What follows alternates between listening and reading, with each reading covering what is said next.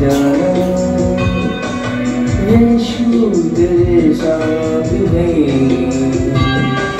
ये तू विश्वास करना संसार के अंत तक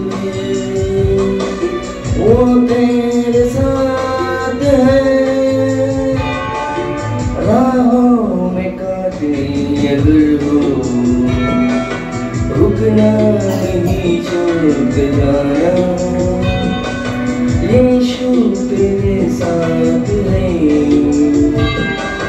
ये तू विश्वास करना संसार के अंत तक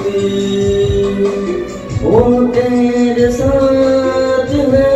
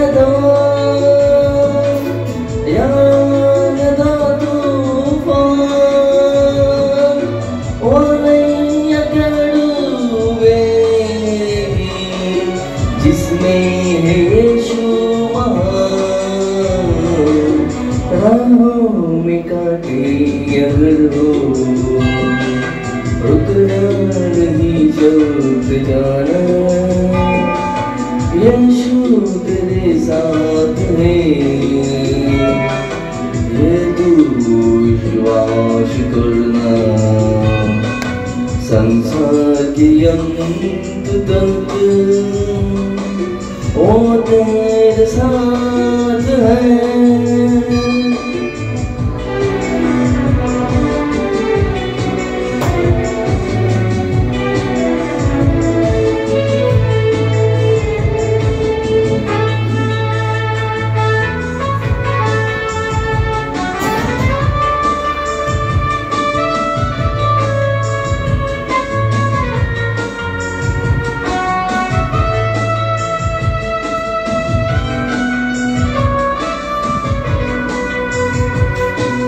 दुख से भरी है जिंदगी, मुसीबत भरे रास्ते,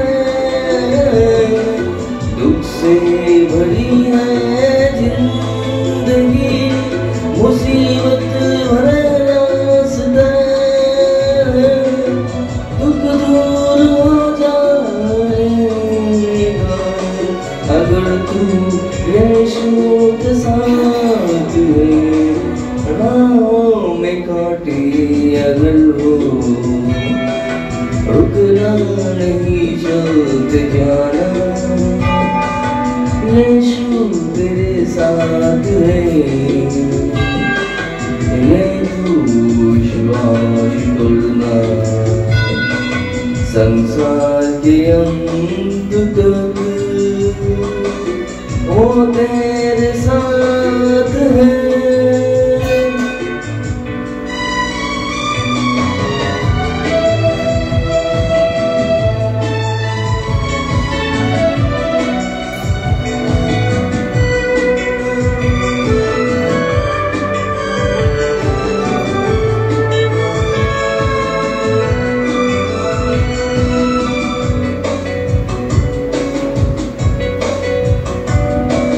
अगर मौत का डर सताए तुझे, सलीम पर तू गौर कर। अगर मौत का डर सताए तुझे, सलीम पर तू गौर कर। यीशु ने मौत को जीत लिया है, उस पर तू विश्वास कर।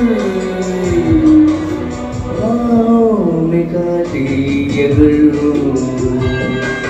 रुकना नहीं, चलते जाना यीशु तेरे साथ है,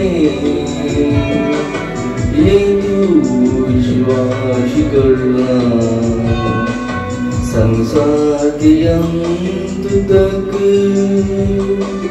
वो तेरे साथ है।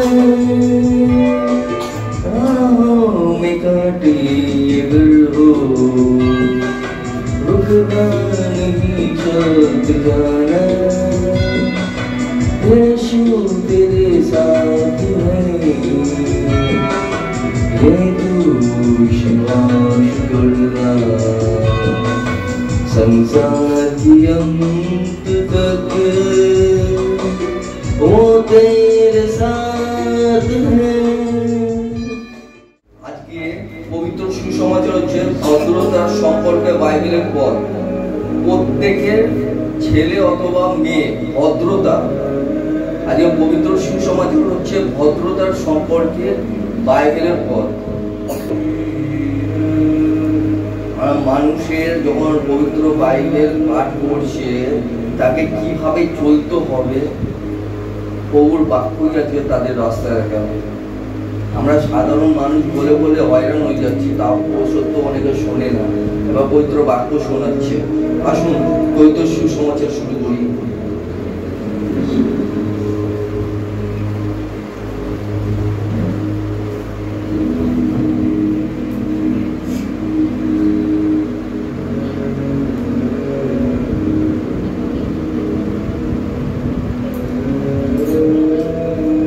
ফিলিপিও 4:5।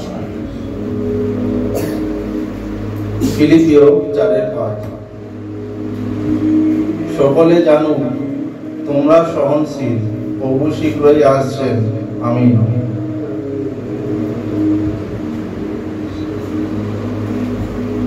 সকলকে বলছে তোমরা নরম হৃদয়ের মানুষ হও, নম্র হও,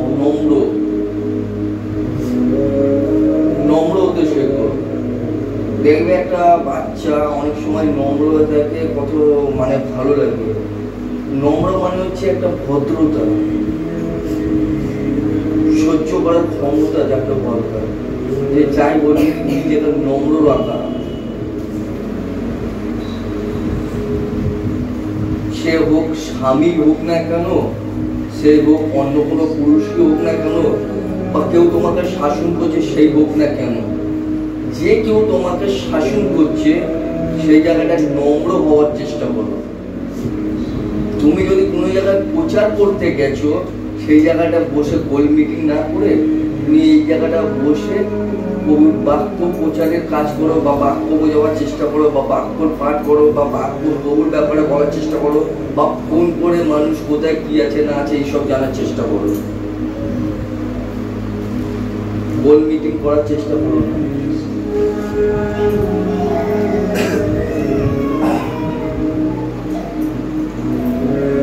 নম্র হওয়ার চেষ্টা করো, নিজেদেরকে একদম নম্র নত করে দাও।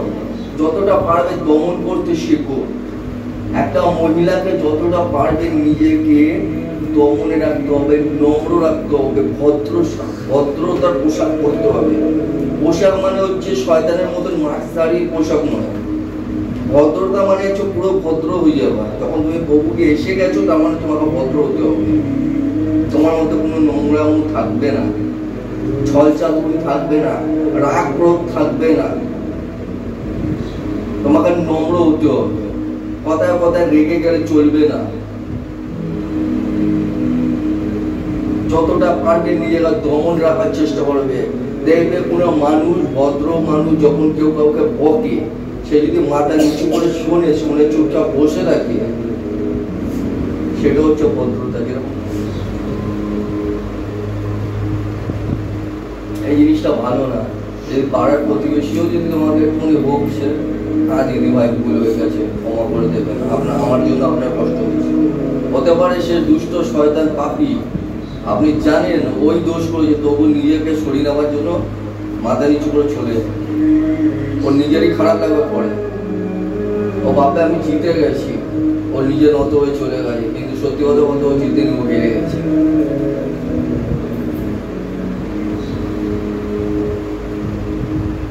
আমার এই সমস্ত দেখার দরকার নেই। নিজেকে যতটা পারবে নত করার চেষ্টা করো, নিজের সহ্য ক্ষমতাটা রাখো।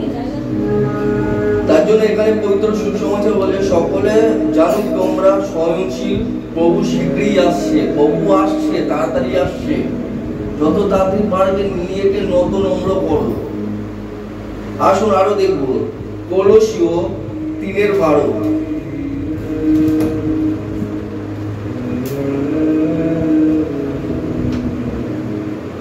কলসীয় 3:12। তোমরা ঈশ্বরের মনোনীত প্রজা, পবিত্র ও তার প্রিয় পাত্র, করুণা, মমতা, নম্রতা, সৌজন্য এবং সহিষ্ণুতাই হোক তোমাদের ভূষণ। হালেলুয়া। দেখো এখানের মধ্যে কষ্ট বলে দিচ্ছে, এই জন্য ঈশ্বর যাদেরকে বেছে নিয়েছে তারা হচ্ছে ঈশ্বরের প্রিয় পাত্র। আর তাদের মধ্যে হবে কি কি?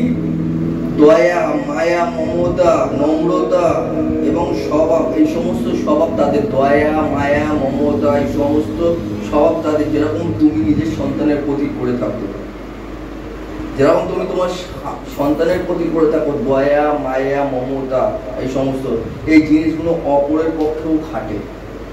এই জিনিসগুলো তোমাদেরকেও তোমাদের মধ্যে যাতে থাকে সকলের জন্য, শুধুমাত্র নিজের সন্তানের জন্য হবে তা নয়। এমন মনে করতে হবে যে জগতে যারা আছে তোমাদেরই সন্তান, তোমাদেরই সন্তান। তোমরা তাদের মানে তোমরা মনে করে নেবে যে ও তোমারই লোক, ঈশ্বরের সন্তান, তোমাদেরই সন্তান, তোমাদেরই ভাই বোন, তোমাদেরই রিলেটিভ। তোমাদের মধ্যে যাতে এই সমস্ত কিছু দেখা যায়, কি কি দেখা যায়? দয়া, মায়া, মমতা, নম্রতা, সমস্ত যাতে গুণ তোমাদের মধ্যে থাকে, এবং নম্রতা, নরম মন, নরম হৃদয় যাতে থাকে তোমাদের, কঠোর হৃদয় নয় যে ও মার খাচ্ছে, ও কেটে গেছে, রক্তারক্তি হয়ে গেছে, দেখেও মুখ ঘুরিয়ে চলে যাবো, এই জিনিসগুলো বাজে। এটা হচ্ছে কঠোর হৃদয়। কেউ কষ্ট পাচ্ছে, পাপ কি, আমার কি, এটা হচ্ছে কঠোর হৃদয় না, এই হৃদয় নয়, নরম হৃদয় দরকার। একটুকুনিও কেটে গেলে বা একটুকুনিও চোট লাগলে সঙ্গে সঙ্গে মলম করছি, এটা হলো ভালোবাসা, এটা হচ্ছে নরম হৃদয়ের মানুষ। এটা খেলার জায়গা না, আরামসে বসুন, বাক্যটা শুনুন।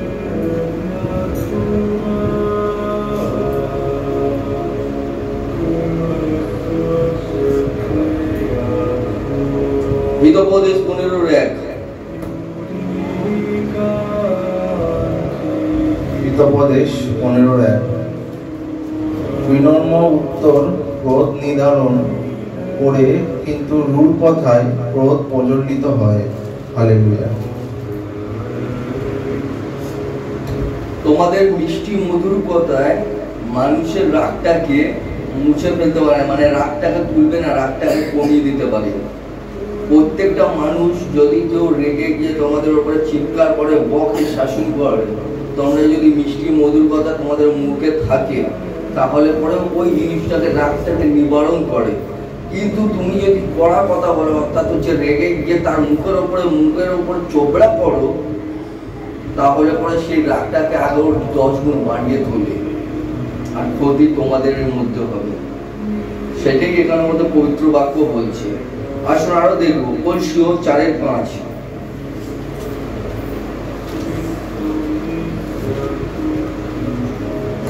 কলসীয় 4:5। মণ্ডলীর বাইরে যারা রয়েছে তাদের সঙ্গে তোমাদের আচরণ হবে বিবেচনাপূর্ণ, সকল সুযোগের পূর্ণ সদ্য ব্যবহার করবে তোমরা। হালেলুয়া। মণ্ডলীর বাইরে অর্থাৎ যারা প্রভুদের নেই, যারা অন্য লোক, তোমরা যে কোনো মানুষের সাথে কথা বলবে বুদ্ধিপূর্বক কথা বলো, ভুমভাগ কথাবার্তা বলবে না। এবং যখনই তোমরা সুযোগ পাবে খ্রিস্টের বিষয়ে সাক্ষ্য দেওয়ার জন্য কাজে লাগাও, যখনই তোমরা সুযোগ পাবে খ্রিস্টের বিষয়ে সাক্ষ্য দেওয়ার জন্য কাজে লাগাও। এবং যখনই তোমরা বাইরে যারা খ্রিস্টের মণ্ডলীতে নেই, যারা প্রভুর মণ্ডলীতে নেই, যারা মণ্ডলীর বাইরে, তাদের সাথে বুদ্ধিপূর্বক কথা বলো। যাতে তোমাদের ভুল ভাল কথাবার্তা না মানে ধরে, বা তোমাদেরকে উল্টো সিধা না বলে, বা তোমাদেরকে কোন রকম ভুল জিনিস না ধরিয়ে দিতে পারে। তোমরা সর্বদা বুদ্ধিপূর্বক কথা বলতে হবে।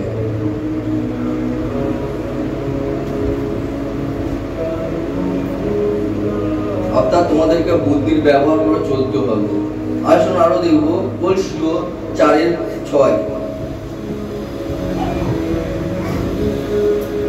কলসিও 4:6। তোমাদের কথাবার্তা যেন সর্বদা মধুর এবং সরস হয়। কার সঙ্গে কিভাবে কথা বলা উচিত তাও তোমাদের জানতে হবে। হালেলুয়া।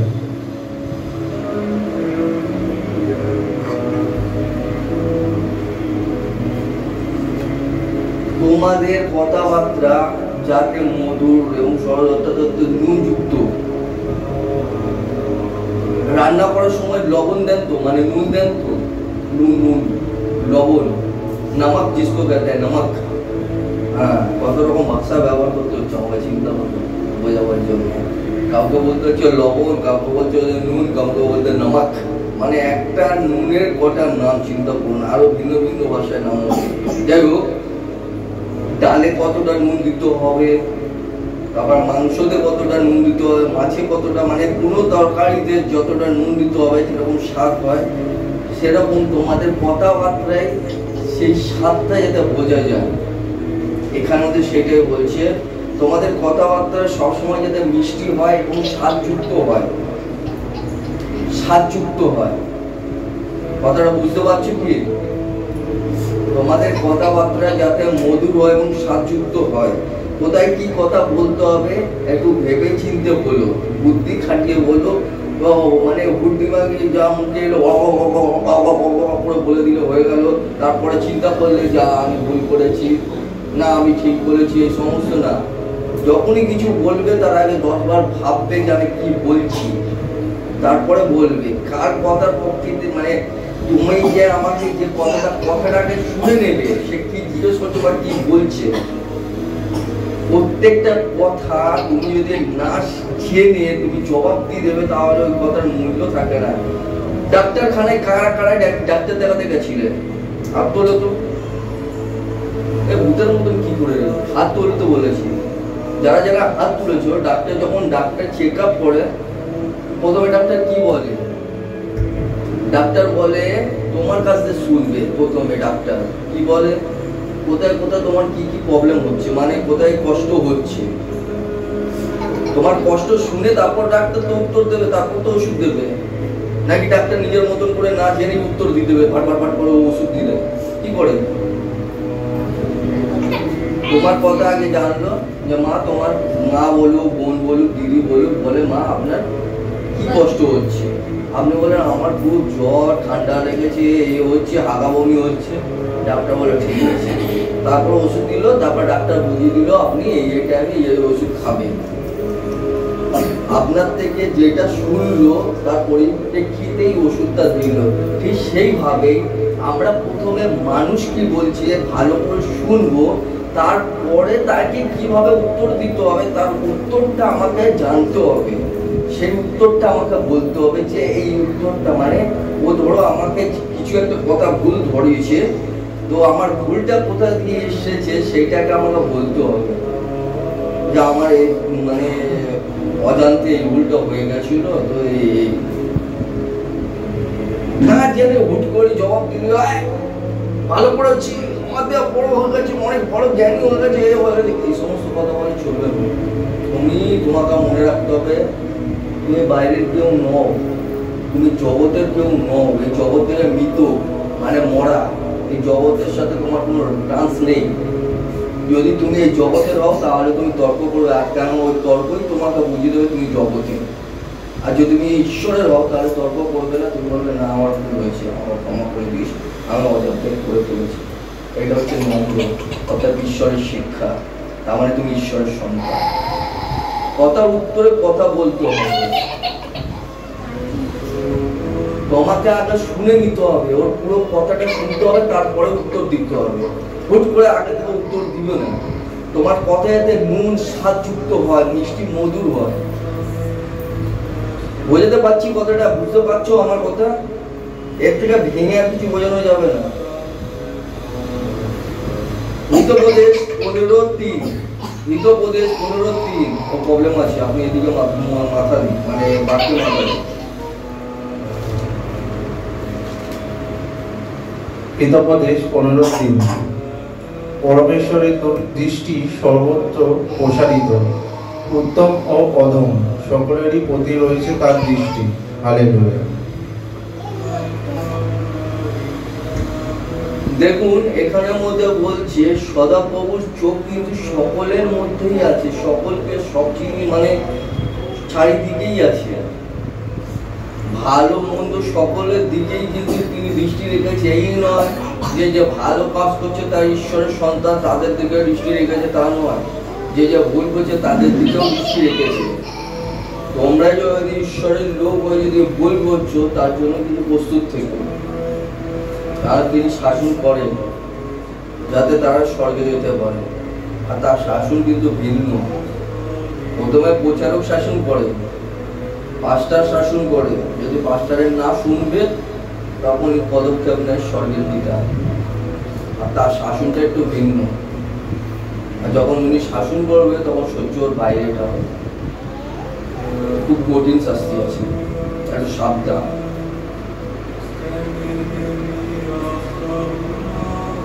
একটা কথা আছে না, যখন মা শাসন করে তখন অতটা কষ্ট দেয় না সন্তানকে, যখন বাপ শাসন করে তখন কষ্ট দিয়ে মানে কষ্ট কি জিনিস হয় তখন সাত পুরুষের মনে পড়ে। ঠিক সেরকম প্রচারকেরও ক্ষেত্রে একই। তো ওরকমই প্রচারক একজন মায়ের মধ্যে তোমাদেরকে ভালোবেসে যাচ্ছে, শাসন করে যাচ্ছে। যদি না শোনো তারপরে বাপ এসে তোমাদেরকে দেবে, তখন শাসনটা একটু ভিন্ন হয়, একটু বুঝে রেখো।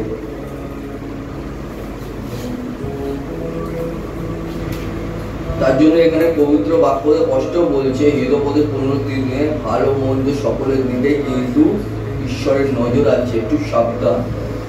তুমি ঈশ্বরের লোক হয়ে নোংরাম করবে তার মানে ঈশ্বর যে ছাড় দেবে তা করবে না, কেননা তিনি নিজের একমাত্র পুত্রকে ছাড় দেয়নি, তোমাকে যে দেবে এটা ভুল করছো। আসুন আরো দেখবো হিতোপদেশ 16:24।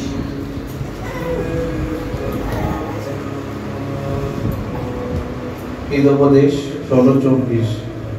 মনোহর কথা মধুর মতো, মনকে করে তৃপ্ত, দেহে আনে সজীবতা। হালেলুয়া। দেখুন এখানে কষ্ট বলছে মিষ্টি কথা মৌচাকের মতো, অন্তরের জন্য তা মধুর আর তা দেহকেও সুস্থ রাখে। মিষ্টি মিষ্টি কথা যদি আপনাকে বলবে সেটা একদম মানে আপনাকে মধুর কথা লাগবে, আর দেহ সুন্দর থাকবে, আপনার মনও চাঙ্গা থাকবে, কোনো রকম অসুবিধা নাই। যদি আপনার নাম কেউ করে দেয়, আমি এখানে বলবো ও মন্দিরামা আগে থেকে কি সুন্দর হয়ে গেছে, আগের থেকে কি সুন্দর গালগুলো পোড়া পোড়া হয়ে গেছে একদম, আর চেহারাও ভালো হয়ে গেছে, আগে কেমন যেন ছিল এখন দেখতে ভালো হয়ে গেছে, এরকম যদি বলবো মন্দিরামা বলবো বাবা আমাকে বললো এত সুন্দর, আমি মনে হেভি সুন্দর হয়ে গেছে, লাল টুকটুকি হয়ে গেছে, গিয়ে আইনে আবার মুখটা দেখবে, মানে একটু মনের মধ্যে তৃপ্তি পেল, কি খুশি আনন্দ। ঠিক সেরকম এখানে বলছে মিষ্টি কথা মৌচাকের মতো, অন্তরের জন্য তা মধুর আর তা দেহকেও সুস্থ রাখে। আর যদি কেউ আপনার নামে নিন্দা করে দিল, আপনি সেটা শুনলেন, সারাদিন ওটা নিয়ে গজর গজর করবেন, আমাকে এই বললো আমাকে ওই বললো, ব্যাস হয়ে গেল, সারাদিনের নামে হয়ে গেল। এই একই কথা বাক্য সেটা বলছে। আসুন তারপর দেবো গালাতীয় 5:22। গালাতীয় 5:22। কিন্তু পবিত্র আত্মা যে ফসল উৎপন্ন করেন তা হল আনন্দ, শান্তি, সহিষ্ণুতা, সহোদয়তা, হৈতশোনা, বিশ্বস্ততা। হালেলুয়া। দেখুন এখানে মধ্যে বলছে কিন্তু পবিত্র আত্মার ফল হলো ভালোবাসা, আনন্দ, শান্তি, সহ্য, গুণ, দয়া, সভ্যতা এবং ভালোবাসা, এই সমস্ত বিশ্বস্ততা। মানে তোমাদের মধ্যে সমস্ত কিছু থাকবে, যেটা পবিত্র আত্মা তোমাদের দান করে থাকবে। কি? শান্তি, সহ্য গুণ, যেটা তোমাদের মধ্যে সহ্য ক্ষমতা বেড়ে যায়, যে যাই বলুক না কেন সেই সহ্য ক্ষমতাটা বেড়ে যায়। আনন্দ থাকে মনের মধ্যে, যে যাই বলুক না কেন কোনো যায় আসে না, কিন্তু ওরা প্রভুতে আনন্দ করে, হালেলুয়া। সহ্য গুণ বেড়ে যায়। দয়া দয়া বেড়ে যায়, মানুষের প্রতি দয়া করতে শিখে যায়। কারোর কোনো কষ্ট অসুবিধা দেখলে পরে তাদের সাহায্য করতে আগ্রহী হয়। ভালো স্বভাব, তাদের মধ্যে ভালো ভালো স্বভাব দেখা যায়। মানে তোমার মধ্যে যদি দয়া, মায়া, ভালোবাসা থাকে, তাহলে মানে এইটাই যে তোমাদের মধ্যে ভালো একটা স্বভাব দেখা যাচ্ছে। এইসব গুণ দেখা যায়, যে এটা পবিত্র আত্মা থেকে তোমাদের ফল, মানে ফল স্বরূপ পেয়ে গেছে, যেটা ঈশ্বর পবিত্র আত্মার মাধ্যমে তোমরা দান পেয়েছো। অর্থাৎ পবিত্র আত্মার দান স্বরূপ তোমরা এগুলো পেয়েছো। আসো আরো দেখবো গালাতীয় 5:23।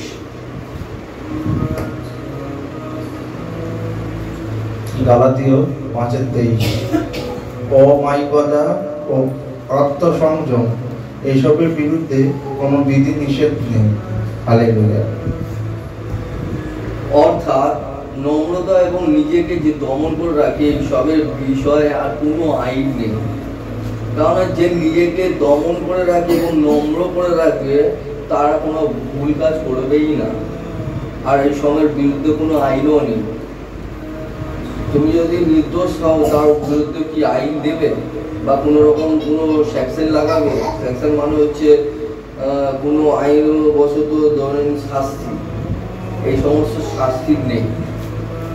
সেইটাই এখানে বলছে, যাদের মধ্যে নম্রতা ও নিজেকে দমন করে রাখে, এইসবের বিরুদ্ধে কোনো আইন নেই। আসুন দেখে নেব লেবীয় পুস্তক 19:17।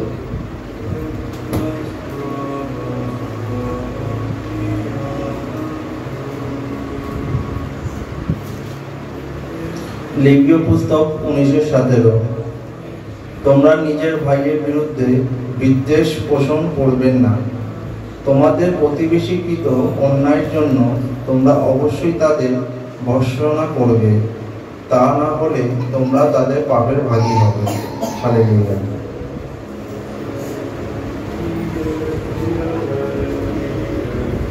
দেখো এখানের মধ্যে স্পষ্ট বলছে, অন্যের প্রতি মনের মধ্যে কোন রকম ঘৃণা পুষে রেখো না।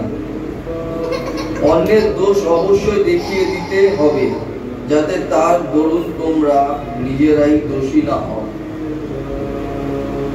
অন্যের জন্য তোমরা কোন রকম ঘৃণা, মানে ধরে নাও কেউ যদি ভুল কাজ করে যায়, তার জন্য তুমি যে ঘৃণা করবে তা নয়।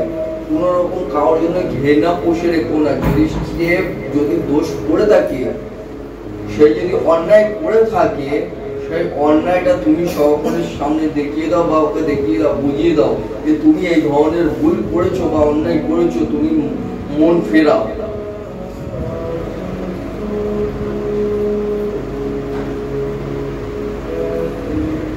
যাতে তার দরুন তোমরা নিজেরা দোষী না হও, যাতে তার দ্বারাই তোমরা যাতে দোষী না হও, মানে তার পাপের ভাগীদারি না হও। যদি কেউ ভুল করছে, পাপ করছে, আর তাকে ঘৃণা করে চুপচাপ বসে আছো, এই জিনিসগুলো যদি করছো, তাহলে তুমি কিন্তু ওই পাপের ভাগীদারি হয়ে যাবে। তুমি তার পাপটা দেখিয়ে দাও, তার ভুলটা দেখিয়ে দাও, তাকে ঘৃণা করবে না, তার ভুল পাপগুলো দেখিয়ে দাও, বুঝিয়ে দাও। সে যদি না শুনে, তুমি আরেকজনকে বলতে পারো যে ওকে বোঝা। সে তার কাছেও যদি না শুনে, যদি মন্ডলীর লোক হয়তো, তাহলে মন্ডলীর প্রধানকে বলো। আর যদি সে তার কাছে না শোনে, তাহলে অবশ্যই তাকে বার করবে মন্ডলী দিয়ে। আর যদি সে পরিবেশে বা তোমাদের পাড়ার প্রতিবেশী কেউ হয়, তাহলে তার সাথে কথা বলবো, তুমি নিজের সাইড হয়ে যাও। কারণ সে নিজের ভুল যদি না দেখছে, তাহলে তার সাথে কথা বলে আমার নাম। কিন্তু তার ভুল দেখলে তুমি সরে যাও। আর সরো দেখে নেব লেবীয় পুস্তক 19:18।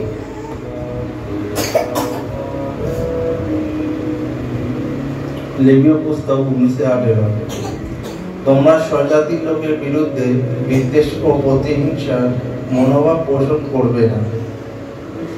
তোমার প্রতিবেশীকে তোমার নিজের মতোই ভালোবাসবে। আমি প্রভু পরমেশ্বর। হালেলুয়া।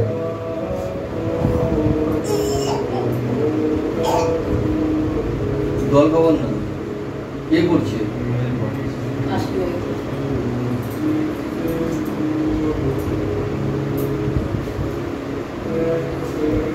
দেখুন এখানে আমাদের কষ্ট বলছে, প্রতিশোধ নেওয়া চলবে না কিংবা কারোর বিরুদ্ধে মনের মধ্যে হিংসা ভাব পুষে রাখা চলবে না। প্রতিশোধ নেওয়া চলবে না। এখানে আমাদের কষ্ট বলছে, ধরো তুমি কারোর উপর রুষ্ট হয়ে আছো, রেগে আছো, তুমি বদলা নেওয়ার চেষ্টা করছো, মনে মনে ভেবে রেখেছো বেটাকে আমি দেবো পরে, এখন আমি কিছু বলবো না, পরে দেবো, পরে দেখে নেবো। এই সমস্ত যে বদলা নেওয়া গল্প ওঠে না, এই সমস্ত করবে না। এখানে আমাদের প্রতিশোধ নেওয়া চলবে না কিংবা কারোর বিরুদ্ধে মনের মধ্যে হিংসা ভাব পুষে রাখাও চলবে না। প্রত্যেক মানুষের নিজের মতো করে ভালোবাসতে হবে। আমি সদাপ্রভু বলছি, প্রত্যেকটা মানুষকে, তোমার প্রতিবেশীকে নিজের মতন করে ভালোবেসে চলতে হবে। এটা সদাপ্রভু ঈশ্বর বলছেন। রোমিও 14:13। রোমিও 14:13।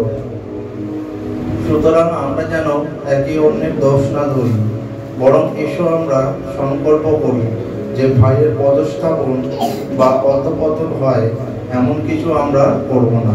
হালেলুয়া।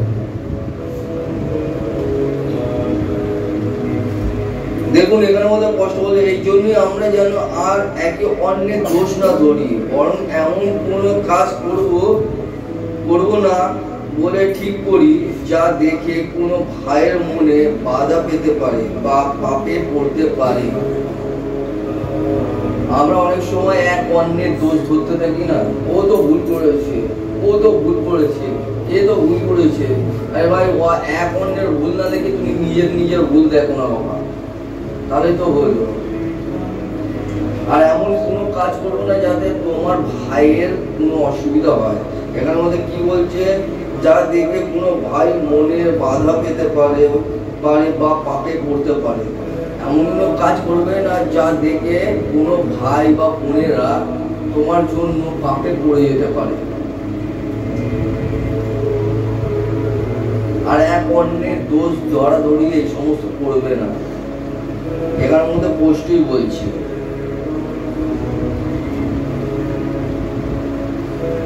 গালাতীয় 6:10।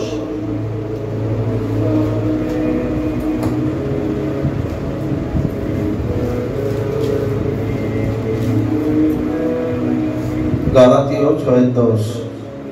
সুযোগ যতক্ষণ আছে এসো সকলেরই মঙ্গল সাধন করি, বিশেষ করে তাদের যারা একই বিশ্বাসের সূত্রে আমাদের আপনজন। হালেলুয়া।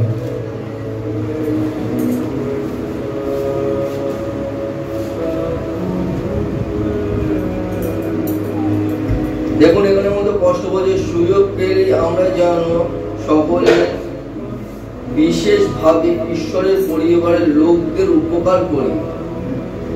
যদি তোমরা সকলে যদি ঈশ্বরের লোক থাকো, আর যখন তোমাদের কোনো ভাই বা বোনের যদি কোনো অসুবিধা হলে তাদেরকে যদি যখনই কেউ সুযোগ পাবে, যদি মনে করো যে ঈশ্বরের উপকারের কাজে আমার লাগবে, তখন সঙ্গে সঙ্গে সে উপকার করো।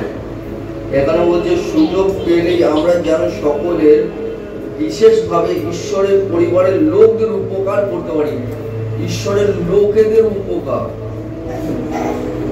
শুধু যে মন্ডলীর মধ্যে মন্ডলী চালাবার উপকার না। ধরো কোন রকম কেউ বিপদে পড়েছে, তার উপকার যাতে করো, সেটাই বলি ঈশ্বরের লোকেদের উপকার যাতে করতে পারি।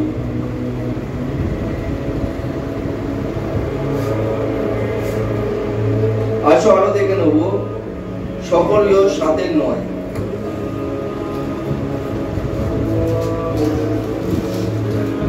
সকলেও স্বাধীন নয়। তোমরা ন্যায় বিচার করো, অন্যের সঙ্গে সদয় ব্যবহার করো। হালেলুয়া।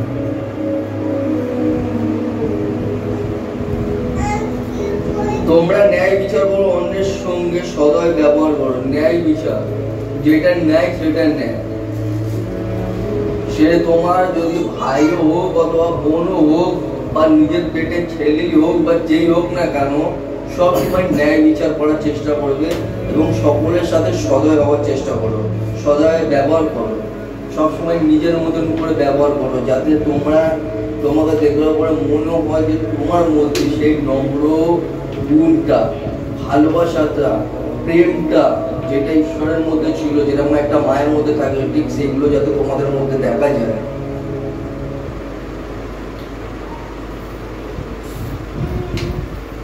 আসো আরো দেখে নেবো সকরীয় 7:10। সকরীয় 7:10। বিধবা, পিতৃহীন, প্রবাসী কিংবা দিন দুঃখিনীদের উপর তোমরা অত্যাচার করো না। তোমরা কেউ কারো অনিষ্ট চিন্তা মনে পোষণ করো না। হালেলুয়া।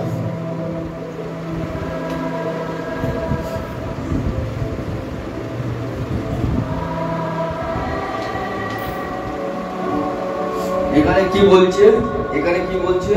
বলছে বিধবা, পিতৃহীন এবং প্রবাসী কিংবা দীন দুঃখীদের, মানে এখানে বিধবা, পিতৃহীন মানে মা বাবা যারা নেই, যারা অনাথ, তাদেরকে বলছে, এবং প্রবাসী মানে যারা বিদেশ থেকে আসা, মানে বাইরেকার লোক, বিদেশি যাদেরকে বলা হয় প্রবাসী, কিংবা দীন দুঃখী, যারা দিন দুঃখী মানুষ, মানে গরিব মানুষ, খুবই কষ্টে দুঃখের মানুষেরা, দিন দুঃখী মানুষ, এদের উপরে তোমরা অত্যাচার করো না। তোমরা কেউ কারোর অনিষ্ট চিন্তাও মনের মধ্যে পোষণ করো না। কারোর ক্ষতি হোক, তোমরা এইটাও মনের মধ্যে পোষণ রাখবে না, মানে পুষে রাখবে না যে ওর এরকম হবে দেখবি, এই সমস্ত পুষে রাখবে না। উল্টো তাদের জন্য প্রার্থনা করো, মানে কারোর জন্য পুষে রাখবে না। এই দুঃখী এদের কথা তো বাদই দিলাম, অন্যান্য সকলের জন্য। এখানে আমাদের অনেকগুলো কথা বলেছে, বিধবা, পিতৃহীন, প্রবাসী কিংবা দিন দুঃখী মানুষদেরকে এদের উপরে অত্যাচার করতে মানা করেছে, প্লাস অর্থাৎ তারপরে বলেছে কারোর জন্য কোন রকম ক্ষতিকারক চিন্তা ভাবনা করো না যে এইটা হবে বলে। ওদের ভালো ভালো চিন্তা করো, তাদের জন্য প্রার্থনা করো, এইটা তার ইচ্ছা। আসুন আরো দেখবো যোহন 13:20। যোহন 13:20। সত্যি সত্যি আমি তোমাদের বলছি, আমার প্রেরিত কোনো দূতকে যদি কেউ গ্রহণ করে, তাহলে সে আমাকেই গ্রহণ করবে, এবং আমাকে যে গ্রহণ করবে, যিনি আমাকে পাঠিয়েছেন তাকেই সে গ্রহণ করবে। হালেলুয়া।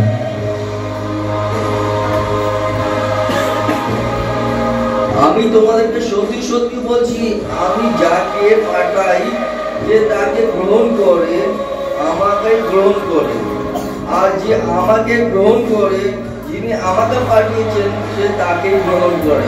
অর্থাৎ ঈশ্বর আমাকে পাঠিয়েছে আপনাদেরকে বাক্য বোঝাতে। আপনি যদি আমাকে গ্রহণ করেছেন, তার মানে আমাকে নয়, প্রভু যিশুকে গ্রহণ করেছে, আর যে যিশুকে গ্রহণ করেছে অর্থাৎ সে স্বর্গের পিতাকে গ্রহণ করেছে। হালেলুয়া। এখানে আমাদের পিতা তাই বলছে, আমাকে গ্রহণ করা মানে হচ্ছে আমাকে নয়, পবিত্র সুসমাচারকে যা আপনাদেরকে শেখাচ্ছি সেই সুসমাচারকে গ্রহণ করা, তার শাসনকে গ্রহণ করা, তার ন্যায়কে গ্রহণ করা, তার আদেশকে পালন করা, এই সমস্তকে গ্রহণ করাটাই হচ্ছে আপনাদের কর্তব্য।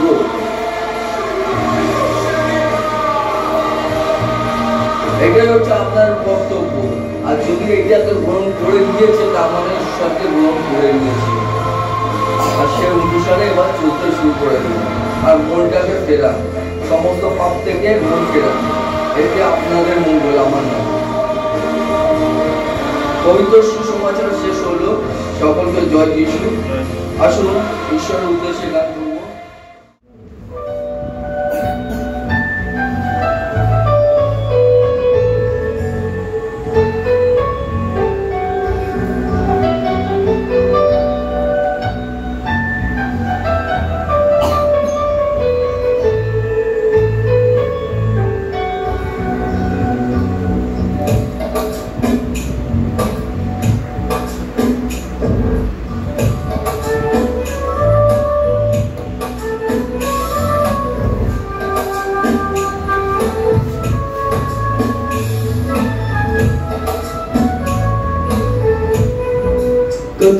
कतरा बहता चला वो प्यार की धारा कतरा कतरा बहता चला वो प्यार की धारा दर्द इतनी वो जिसम सहता था जो खामोशी बयां करता कतरा कतरा बहता चला।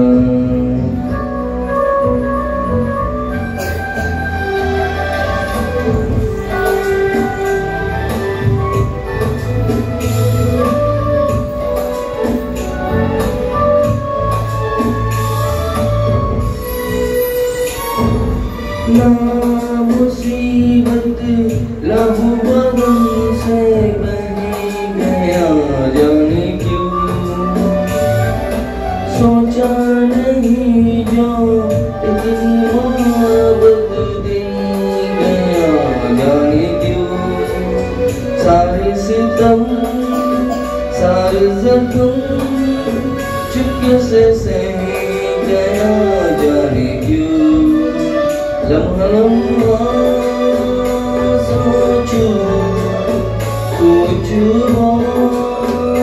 मंजर कसके भरा वो समा कतरा कतरा बहता चला।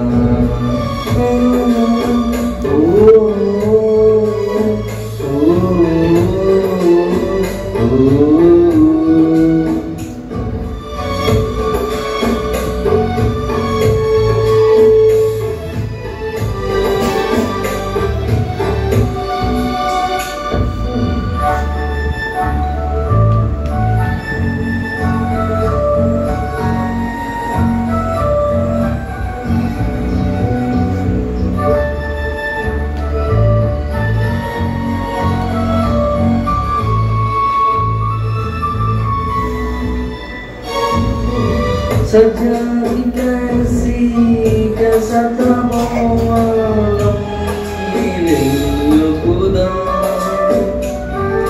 सुन के अब तो साना जाए वो दर्द रास्ता जालिम वो जना बेरहम बड़ी दुनिया प्यार इतनी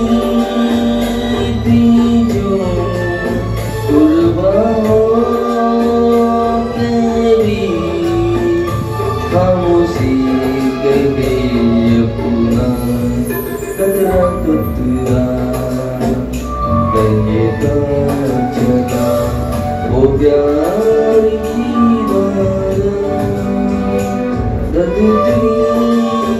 इतनी वो जिसम सहता